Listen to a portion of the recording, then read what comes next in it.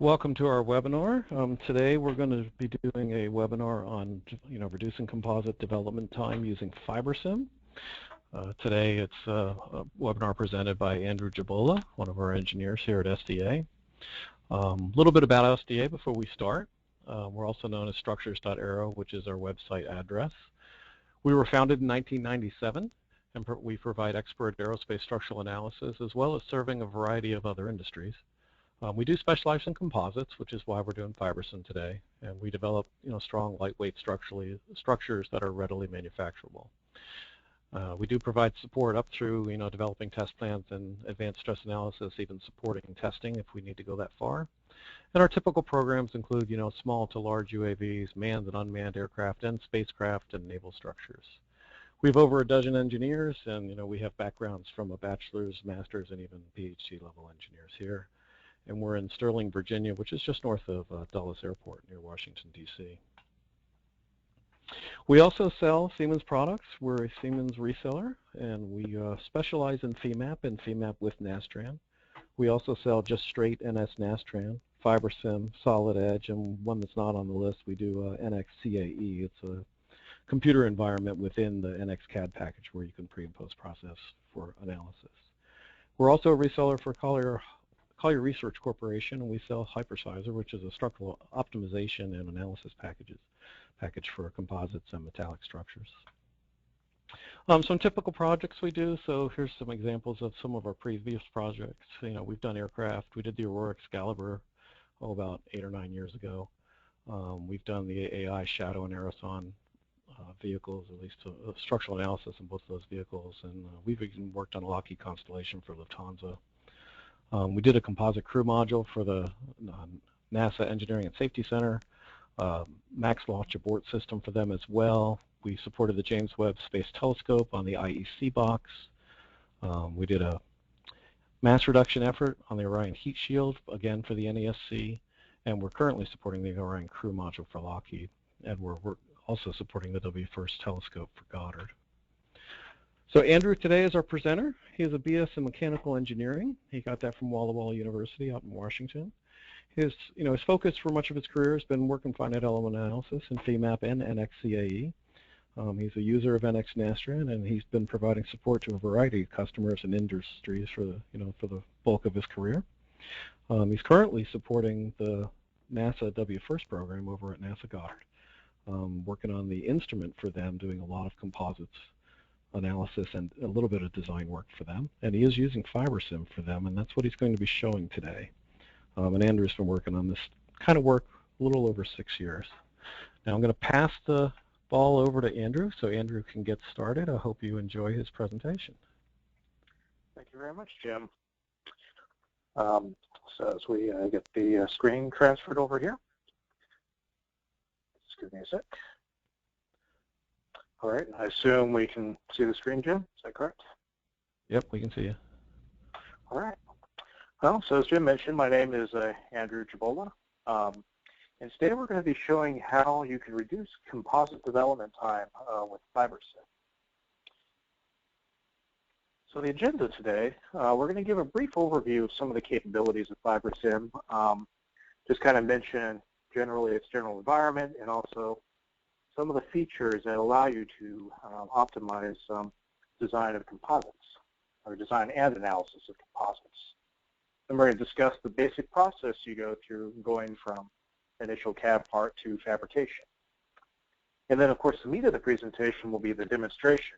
And in this demonstration, we're going to illustrate really a typical day in the life of a Fibersim user, going through some of the basic capabilities of apply producibility, analysis, other things such as that. And then finally, we'll end with the conclusion here. All right. So what is Fibersim?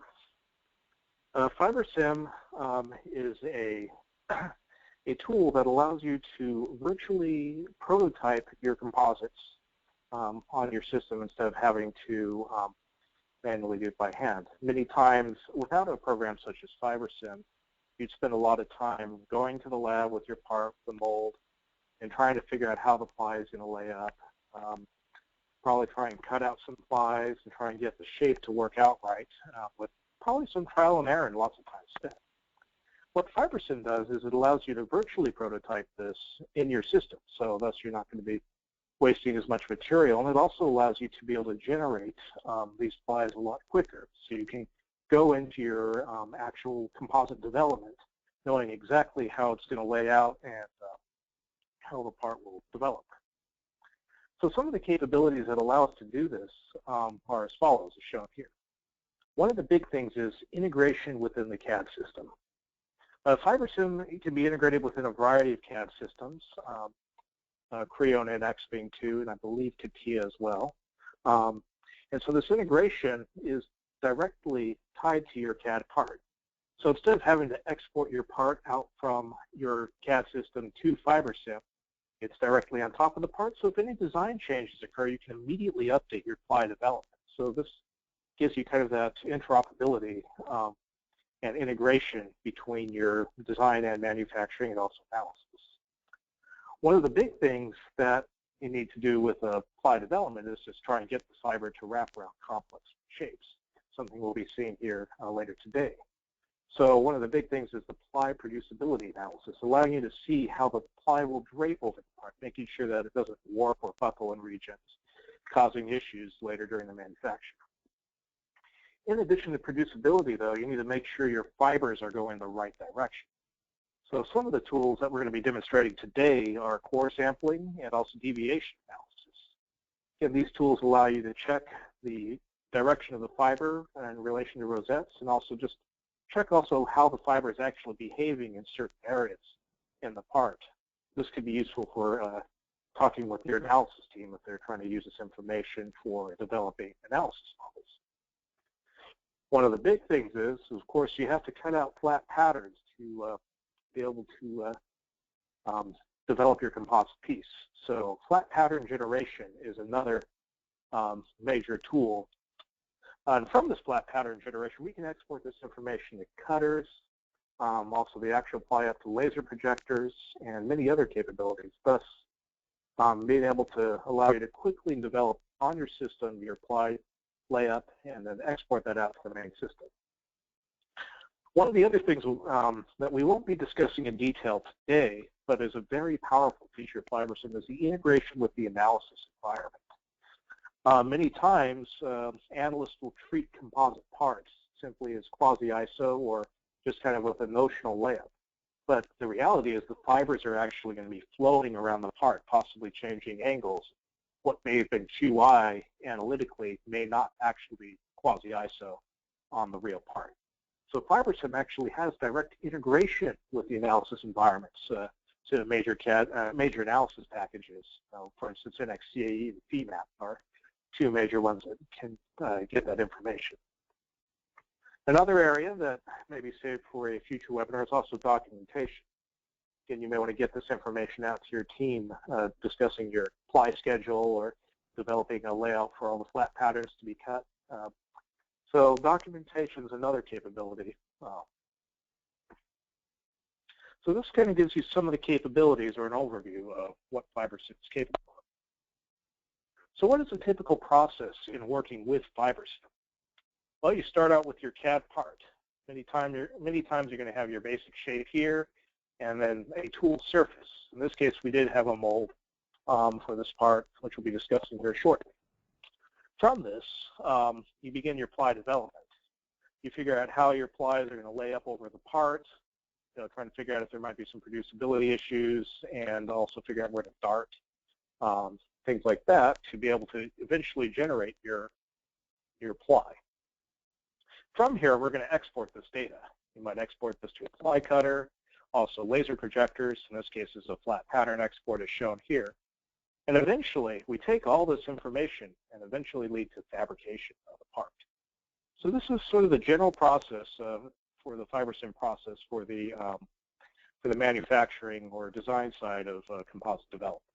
Obviously, there will be another session or a discussion on analysis of these plies sometime in the future. So again, as mentioned earlier, this webinar, what we're going to do is really go in a day in the life of a Fibersim user. which is going to focus on the following areas. First thing is apply development producibility analysis. Again, we need to make sure we can actually lay up the part, and so we need to cut the plies to be able to form around complex parts and understand what areas might be difficult to lay up. One of the other things we need to do is analyze the fibers to understand that they're actually following the directions we need them to go. And these tools, or this is handled by tools such as core sampling and deviation analysis. Again, this allows us to ensure that our 0 and 45 degree plies are truly 0 and 45 based off either a reference or relative to each other. So we'll see how to use this tool inside this webinar. Finally, from the manufacturing side, we need to export this data. So we'll show some of the tools for flat pattern generation and also export to both flat patterns and also to a laser projector as well. So the part we're going to be using today is a real piece. It is actually it is a prototype piece of a element wheel, or a filter wheel as they can also be called,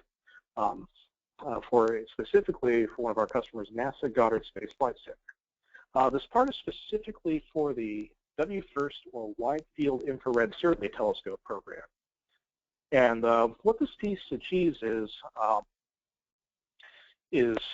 lightweight within a tight area, and also low CTE, which is very important for optical elements. One of the reasons for its unusual shape here is also just due to the fact that we are in a very small package as far as a light path. So with this came a very challenging part with this composite analysis, which was then developed in Fibersim, which we're going to be showing here today. On the right side is the actual mold of this part as well, which again you can see is a complex part. So this isn't going to be a very simple layup. This will actually require to take some thought. So with this piece, we're going to show these processes of laying up this part, doing some of the core analysis, and also exporting data for actual systems. Again, using a real part. So all of this is going to be demonstrated within the NX CAD suite of tools. Obviously, depending on what your major CAD system is, there could be plugins for those particular CAD systems, such as Creo, so one that comes to mind. So let's actually go into the Fibersim environment. So here we are, starting in our CAD environment, in this case, the NX9 CAD suite. And Fibersim is, again, directly integrated within the CAD environment. So instead of exporting this part and working with it outside of the CAD system, we can go to All Applications and go to Fibersim and launch it directly from our CAD system. So again, Fibersim is linked directly to that part. Now, we're starting off fresh here, so many times you're going to start developing your laminate. So we're going to go ahead and create a new laminate here, and what we need to do is actually define our tool surface. So this surface came from a full mold right here. We can show the highlight here. And so we extracted the surface as now our tool surface that we'll use for actually developing the layup. So we're going to grab the layup surface. Many times you may have a net boundary, which is the finished part, and then also an extended boundary, which may be some extra fabric that will be cut off later, which in this case will be outside of the tool. So we'll specify our net boundary and also specify our extended boundary as well. Now, one of the things we need to do is define a default material. And this is one of the nice things with Fibersim, that it comes with straight out of the box. Fibersim does come with a material library of many different types of composites, whether you're using woven, unidirectional, toe, or core. There's quite a few options here that you can select from directly from the Fibersim environment. You can also go in and edit this as well via an XML file. So many times you may have your own information on your own composite data for warnings and limits, and also many of the other properties as well. So with this, we're going to go with just a default pre-preg PPG PL3K, which has, again, a warning limit and a warning of 15 and a limit of 30 degrees.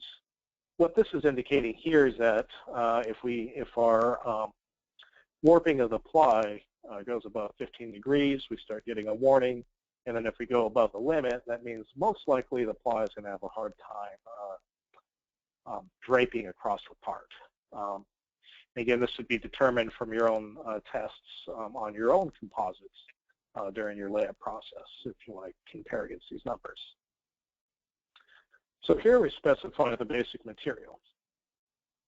Now, many times you're also going to need to define directions or a reference on your part. So many times you have rosettes. Here in this particular part, I've actually generated several that were used. And what we're going to do is we're going to generate a basic rosette or reference point in the part here. So we'll go to the rosette, hit Create New, specify where the rosette is started, specify a direction of the rosette. We're just going to have it go along this direction.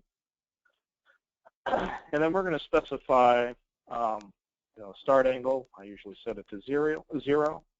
And then also a radial rosette. So what this will do is it will specify that if you start your rosette here, it'll go this way. And if you start your rosette here, it will be directed this way.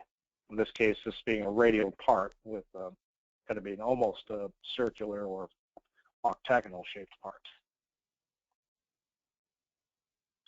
Now comes the fun part where we actually start laying up the part. Many times, if you're starting to do this in your composite shop, you might get a piece of fabric and just kind of drape it around, hold it at different locations, and just try and understand how the part's going to drape over. When I work with Fibersim, this is the same case. I'll go through and just check the producibility on the whole part. Now, if you don't select any boundaries, it automatically defaults to the whole boundary here. So we'll just hit producibility and kind of see there's some problem areas. We may want to bump up the mesh resolution a little bit, so we'll rerun that producibility here again.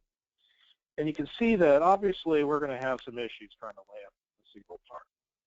Maybe we might play with the origins. Maybe we'll start the ply here and check the producibility here. So you can see it actually did okay here, although the angles might be a little off from where we need them to be. But back here, we might have a lot of issues. So potentially we could make some large cuts to avoid some of these regions. We may have to start here, to be able to start getting out some of those regions. But as you can see, Fibersim gives you a quick ability to look at how well your ply or your fabric is going to drape around the part. So with this in mind, many times you're going to want to set up certain boundaries to be with it. Now in this case, I've already set up some boundaries within the CAD system here, which is what we'll use for kind of a reference point. So just to kind of show that, we're going to go ahead and select the boundary. So you can see these curves that I projected down, which are going to be our actual cuts onto the composite. So we'll go ahead and grab those, and what we're going to do is we're going to specify the origin in this region to try and understand how our layup is here. So we'll specify our origin right here. You can also specify orientation of the plies as well. So this being a fabric, we're going to do plus or minus 45. So here you can see by specifying a specific region to cut out, we get a much cleaner answer on our plies. But in this case, you can see we're still having some issues getting around here. So if we were to actually try and drape up this fabric, we're going to have probably a lot of warping and just a lot of producibility issues in this region. So obviously this ply is, in a way, saying to us that we need to dart in this region. Now you can dart both by sketching in your sketch program and working outside of the Fibersim inside the CAD package. So if we were to do that here, for instance, you can see that we have that dart included. But sometimes you're just initiating the plies and just want to understand how certain darts may affect the region. Fibersim also gives you tools internally to dart within the program to make it very easy. Here we can quickly specify slit darts and V-shaped darts. So here we might want to slit across this region and see that effect. So I'll just simply click where I want to start the dart, where I want to end the dart, generate the dart feature, and then go ahead and rerun producibility. So you can see here, it actually worked out a little bit, except that we're now getting a warning of tearing of material. What's going to happen is if we were to generate a flat pattern here, we would end up resulting in somewhat of an overlap in this region. Therefore, this is actually going to call for a V-dart. So we're going to go ahead, get rid of our slip dart, and switch to a V-shaped dart. So again, very quickly, we can go within the Fibersim package. Here, I'm going to rerun producibility here real quick so we get a better shape that can actually be even used as a reference. So here, very quickly, we can go within the Fibersim package, see where we need to cut here, specify 2 cuts, one side of the V-dart here, one side of the V-dart here, generate the dart feature. You can see we generated that dart really quickly, and immediately rerun producibility and check that area. And you can see now we have a much more producible ply that we can generate from here. So again, this kind of shows some of the tools that Fibersim has for both working internally and externally for generating your different plies. Some of the other tools in addition to the darts is other curve creations such as offsets, simplifications, things like that, that could be saved for another time or a discussion individually. So this shows some of the capabilities of ply producibility with Fibersim. Now what we're going to do is we're going to go ahead and show some of the analysis capabilities of verifying your fiber directions. So what we're actually going to do here is we're going to switch to a completed part.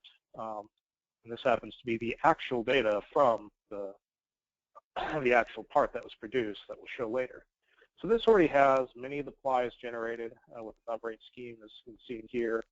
We also have various rosettes in different locations that we might use for references, for bases, angles on this piece. Here's our base rosette that was used earlier. Many different things like this. So the first thing we're going to do is we're actually going to show how well our ply actually follows a certain angle. So what we're going to do here is we're going to go ahead and grab, let's go ahead and grab this ply right here. Rerun producibility really quick on it. So again, you can see it's a pretty clean part a little bit here, but again, that's just warning, so we'll let it go in this particular case. But now we want to see how well the ply actually remains 45 degrees along this region. Now again, because of the complexity of the shape, we're going to have a very hard time trying to meet some of those requirements. But we can definitely try our best as we develop this part. So from here, what we can do is, in addition, in our simulation options of just looking at deformation or the producibility, we can look at the deviation. So first, though, we need to specify a base rosette, because this deviation will be updated based off your location. So in this case, we're going to go ahead with the A1 or angle 1 portion, which happens to be the rosette's location. We can switch to deviation, and you can see the center region follows pretty well. But as we start wrapping up around the corners and the top, we are not following the 45 as well. Now again, because of the inherent complexity of this part, it will probably be very difficult to achieve that without really splicing up this piece, which of course would possibly degrade our strength. We could look at how well this follows our 45, although in this region, this area is going to get cut out on the real part. So what we'll do, though, is we'll switch our reference, perhaps to face, let's look at face 2. Again, we'll rerun deviation. You see here again, the plot has changed and not following too well here, but again, most of this area on the actual piece is going to get cut out, so the orientation is not as critical in this area as it is in this area. So again, this just shows you the ability of using rosettes and other references to be able to actually check your orientation, your plies, and actually make sure your ply direction is going the right way. Another big thing we have is design stations. Now, design stations allow you to kind of do a core sample or cut through the ply and understand how the lamina is behaving all the way through the plies. So here, what we're going to go ahead and do here is we're going to go ahead and create a new reference point. Again, we're going to specify our reference rosette in this location. And we're going to specify an origin. So again, one of our critical areas is right here. So what we're going to do is simply cut through here and look at what the actual angles are going, or what the plies are actually, or how the plies are actually flowing throughout the part. We can do this in multiple areas, which may be useful for analysts if you're using this information to actually generate your finite element models. We're going to go ahead and do a detailed analysis and run the core sample. This takes a couple seconds. But what this is doing is actually plowing through every layer here, understanding what the idealized, the actual layup directions are supposed to be, and then also looking at how they are both, or the angles are in reference to your rosette that we picked in this location, and also reference to the very bottom ply. Once this is done, you'll see our results have been completed here. We can take a look at our results and generate a quick report here. You can see that we've gone for traditionally a quasi-ISO layup of 0, 45, 45, 0, again being fabric, so we have a 0, 90 pattern in this ply. So we tried attempting to go through that for most of the ply, but now we want to actually get and see what is happening relative to each other. So our actual fiber directions in relation to our rosette, you can see there is a little bit of warping going on here, where the plies are not perfectly oriented in the right directions. Now, hopefully relative to each other, which is shown here in the relative fiber direction, we were able to achieve at least a semi-quasi-ISO setup, which, again, for this difficult part, is a lot more difficult for complex pieces such as this. So this is just showing some of the other analysis capabilities within Fibersim for verifying your fabric performance. So this is our design station, which can be very useful in also coordinating with your analysts. Now finally, one of the things you're going to have to do is you're going to have to get this information out to a combination of flat patterns for your cutters, and also even just the layups or how the ply forms under the mold if you're using, for instance, a laser projector. So to generate a flat pattern is actually very simple. You run your producibility on a portion of the ply here. In this case, we have it run right here. We can run both the net flat pattern, which looks at the basic shape right there, or also the, I'm going to run extended producibility here real quick, or also the extended producible pattern. And this gives you a shape that you can immediately cut out and lay up on the part. Now these flat patterns have a variety of exports. We can export flat patterns to various cutting softwares or even just basic DXF or IGES. In this case, we're going to go ahead with a DXF file. And here we have a variety of options. We can print or export the net or extended boundaries, specify what plies you want to export. In this case, we're exporting layer 1, specify whether you use metric, millimeter, and many times you may want to export information such as the markers, the origin, and the direction of the parts. So very quickly, almost instantly, you can export that data. And what this will generate in this particular case is several DXF files that are useful, that we can eventually use for the for generating our flat patterns and cutting these out and putting onto our part. One of the other exports we're going to show today is the laser projection export. This is useful if you have your mold and you want to make sure that you're placing your flat pattern directly in the correct spot. So with this, we can go to File, Export, and export to a variety of different systems. In this case, we're going to use assembly guidance, which is the one used for the actual production of this piece. So here, we'll go through here, We can specify our start ply and our end ply. And again, our different options. Many times you may want to include more information than just the shape. And we can export that data as well. And what this generates is very quickly a file that can be used directly with your laser projection system, whatever that may be. And with very small modifications, in this case, it only took us probably about 5 minutes to get these sensor nodes right. We were able to export this file and send it straight to the laser projection system and be able to generate our laser projection results. Now, obviously, we don't demonstrate that within Fibersim itself, but we can show some slides of the actual laser projection, some of the results of this work. Again, I want to thank my NASA team for allowing me to use some of these photos and also the great work they did producing this part. But what we can show here is examples of the laser projector and also the flat pattern. So with this, we actually printed off these flat patterns, cut out the composite pieces, and then used our laser projection system to put these plies exactly where they need to be. And in this case, you can see here on the actual mold, the system was very accurate in its ply placement, both up here and up here as well. So this shows some of the major capabilities of the exports and also an actual practical use of this of exporting this data from Fibersim. So one last thing to show before we conclude here is the actual final piece. What we have here is actually the piece right before it's getting machined, and I believe we're actually in the process of building this part for eventual testing at some point.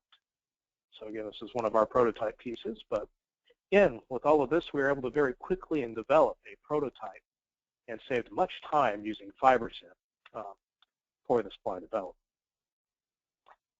So what did we see today in this webinar? What we saw was the ability to check your ply development and producibility checks.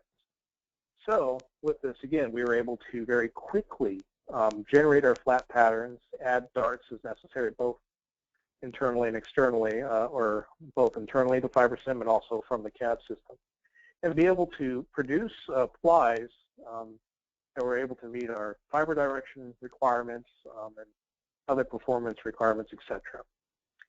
We showed some of the tools, in this case the darting tool, that's very easy to use within the Fibersim environment to quickly add darts and other things to make sure that your producibility requirements are met.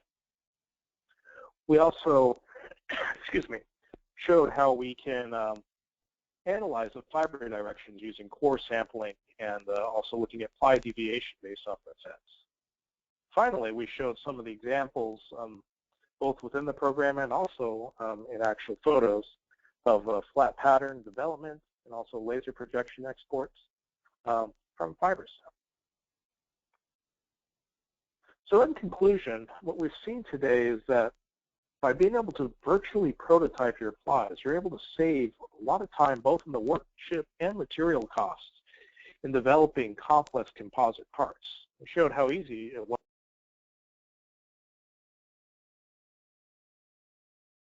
to generate a new layout right on the fly and go all the way from again, your CAD model all the way to a fabricated piece.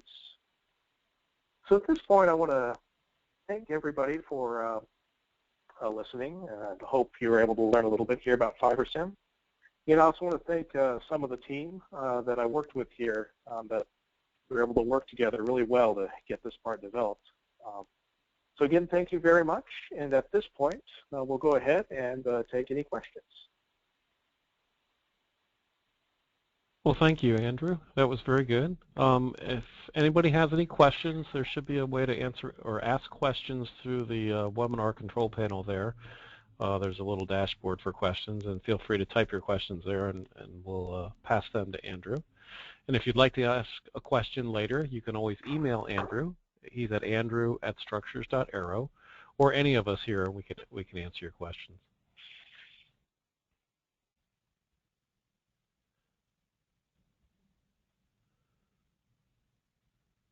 So Andrew, you got no questions. Very interesting. Yeah, so one just popped in. Let's see.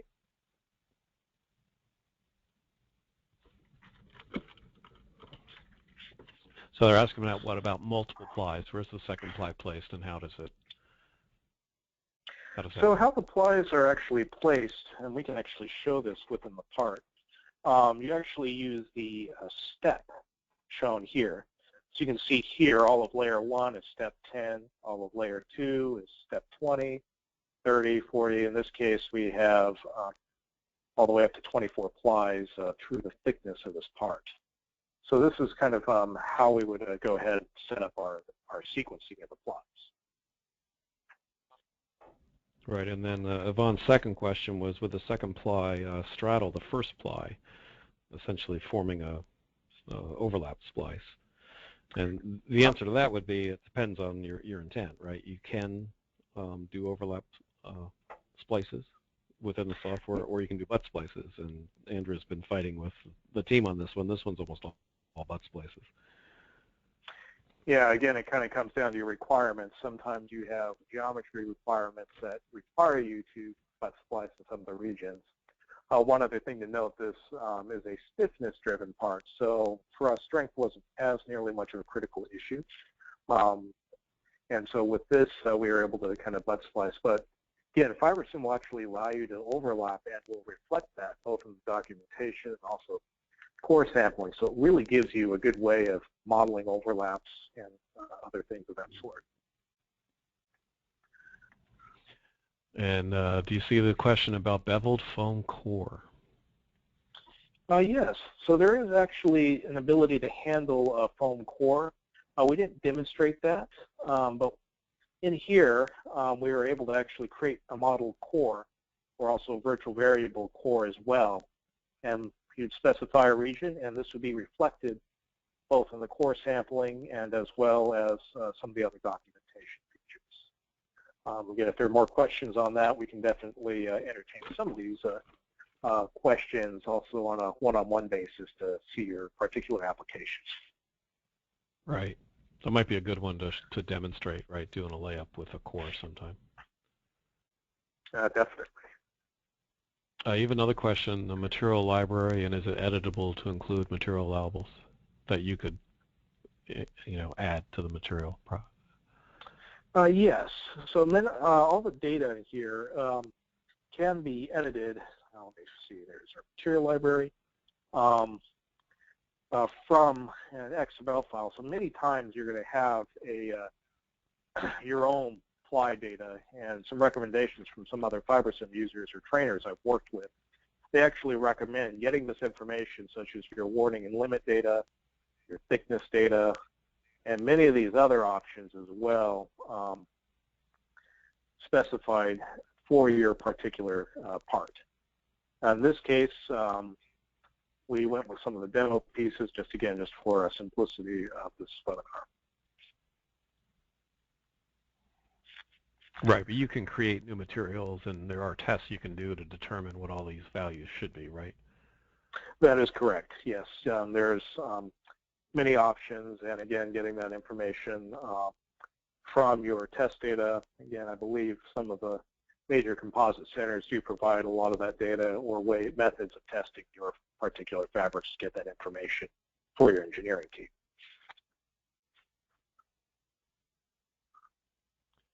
All right, I see two more questions we haven't answered yet. One, how would you go about splicing and offsetting plies?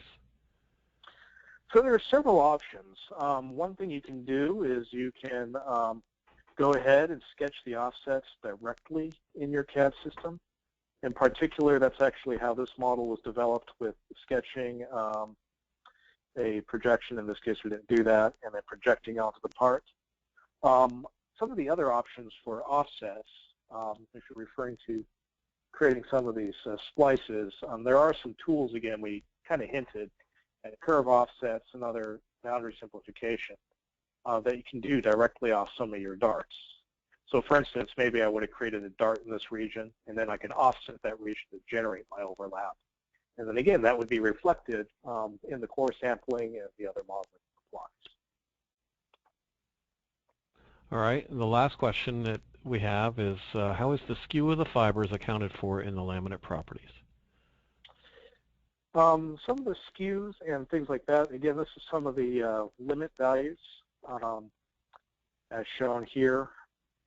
So your warning and limit and different things of this sort. I believe there might be some other properties as well, and so some of these other details we can definitely look at with you in more detail in particular, but again, mainly it works basically off this warning and limit values, and I believe there are some other properties, and we can definitely spend some time with you on a one-on-one basis to answer that question in detail. Yeah, you know, I read Ken's question different than you did. I think he's asking if you wanted a 45 and you got a 41, how do you handle that in your analysis? All right. So from the analysis perspective, I guess, you know, that you didn't really go into that part, but yeah, there is options if you wanted to handle that. What we didn't show, and this will be definitely an excellent topic for future webinars if we're understanding this question right, is to actually export this information, whether you're exporting to a generic PDF, in this case a Nastran file. You can see many other options as well, or even to some of our other tools as well. And it would actually generate these your angles properly for every single ply inside your analysis package.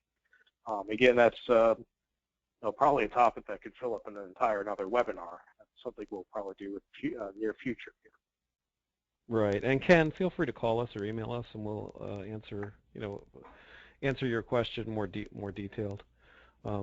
Andrew, I want to thank you for the time. I thought you did a great job, and I hope everybody enjoyed it, and enjoy the rest of your day.